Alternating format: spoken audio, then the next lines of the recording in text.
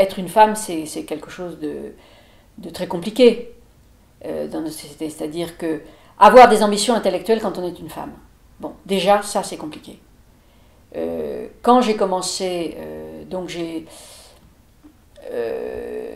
fait l'école normale supérieure de Fontenay, j'ai passé l'agrégation de lettres modernes, j'ai commencé à enseigner, et là, quand j'ai commencé à essayer de m'insérer dans le milieu, disons, des chercheurs en cinéma, la première chose à laquelle j'ai été confrontée, c'était un milieu quasi exclusivement masculin, et où la seule chose qui était valorisée, c'était la théorie.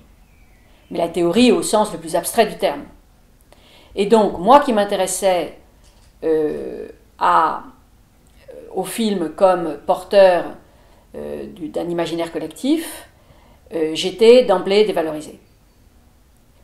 Et cette dévalorisation, je l'avais en quelque sorte intériorisée, c'est-à-dire que j'avais la conviction que ce que je faisais était moins important que ce que faisaient mes petits camarades théoriciens. Bon, ça c'est le premier obstacle intellectuel que j'ai vécu.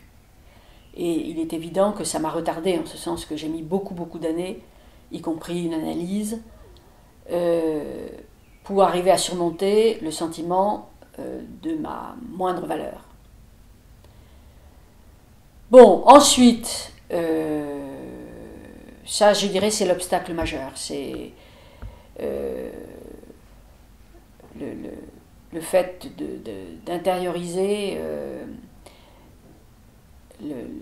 la dévalorisation des objets de recherche qui ont un rapport avec les rapports sociaux, enfin qui ont un rapport avec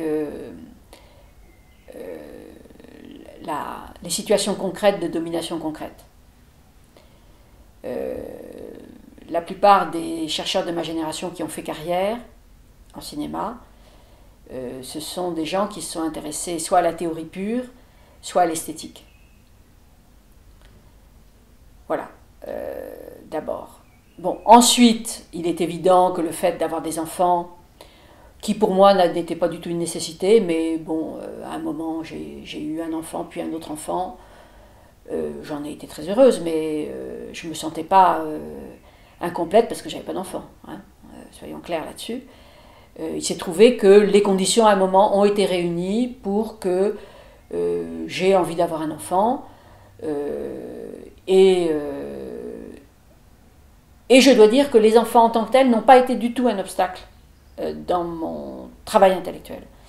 Parce qu'il se trouve que l'homme avec qui j'ai fait ces enfants me considérait comme son égal, était lui aussi un intellectuel, et un intellectuel engagé, et qu'il m'a aidé à créer les conditions pour pouvoir continuer à travailler tout en élevant des enfants.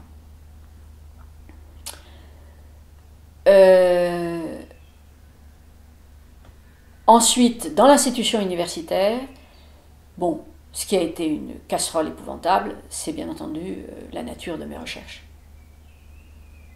Hein, quand j'ai commencé à chercher un poste à l'université, parce que je m'étais rendu compte que si je restais dans ce qui relevait quand même de l'enseignement secondaire, même si c'était en fait, après l'école du Perret, c'était une école supérieure, mais ça relevait de... C'était pas une université, j'étais donc invisible, mon travail était invisible. J'étais invisible.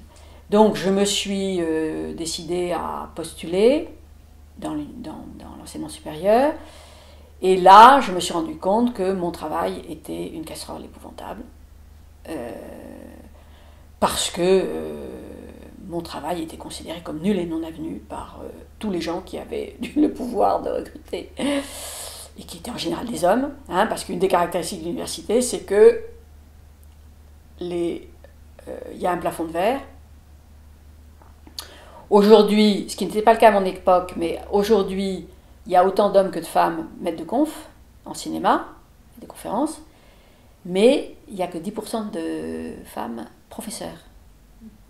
Hein, donc, le plafond de verre est très efficace, et ce plafond de verre, il est là aussi à multiples entrées, c'est-à-dire qu'il est aussi bien sûr lié au fait que les femmes ayant en général une double journée n'ont pas autant de temps que les hommes pour écrire, souvent parce qu'elles ont été élevées avec l'idée que les autres sont aussi importants qu'eux-mêmes, hein, qu'elles-mêmes. Donc elles s'occupent des étudiants, ce qui prend du temps, ce que la plupart des universitaires hommes ne font pas. Elles se soucient disons, du travail collectif, tout ça prend du temps. Bon, et donc les femmes sont beaucoup moins nombreuses à faire carrière, hein, que les hommes dans l'université, même si au départ elles sont aussi nombreuses. Voilà, et donc oui, pour moi l'obstacle principal, ça a été évidemment la nature de mes recherches. C'est-à-dire que la reconnaissance que j'ai eue, finalement, elle est venue par l'international, par mes collègues britanniques et américaines, par mes collègues historiennes et par mes collègues sociologues. Ce qui a fait que finalement, en toute fin de carrière, là, puisque j'ai plus que 3 ans à faire avant la retraite obligatoire, j'ai eu deux consécrations, on va dire, même 3, mais 2 dans le champ universitaire. J'ai été donc recrutée à l'Institut universitaire de France, ce qui m'a permis de me consacrer à ma recherche, puisque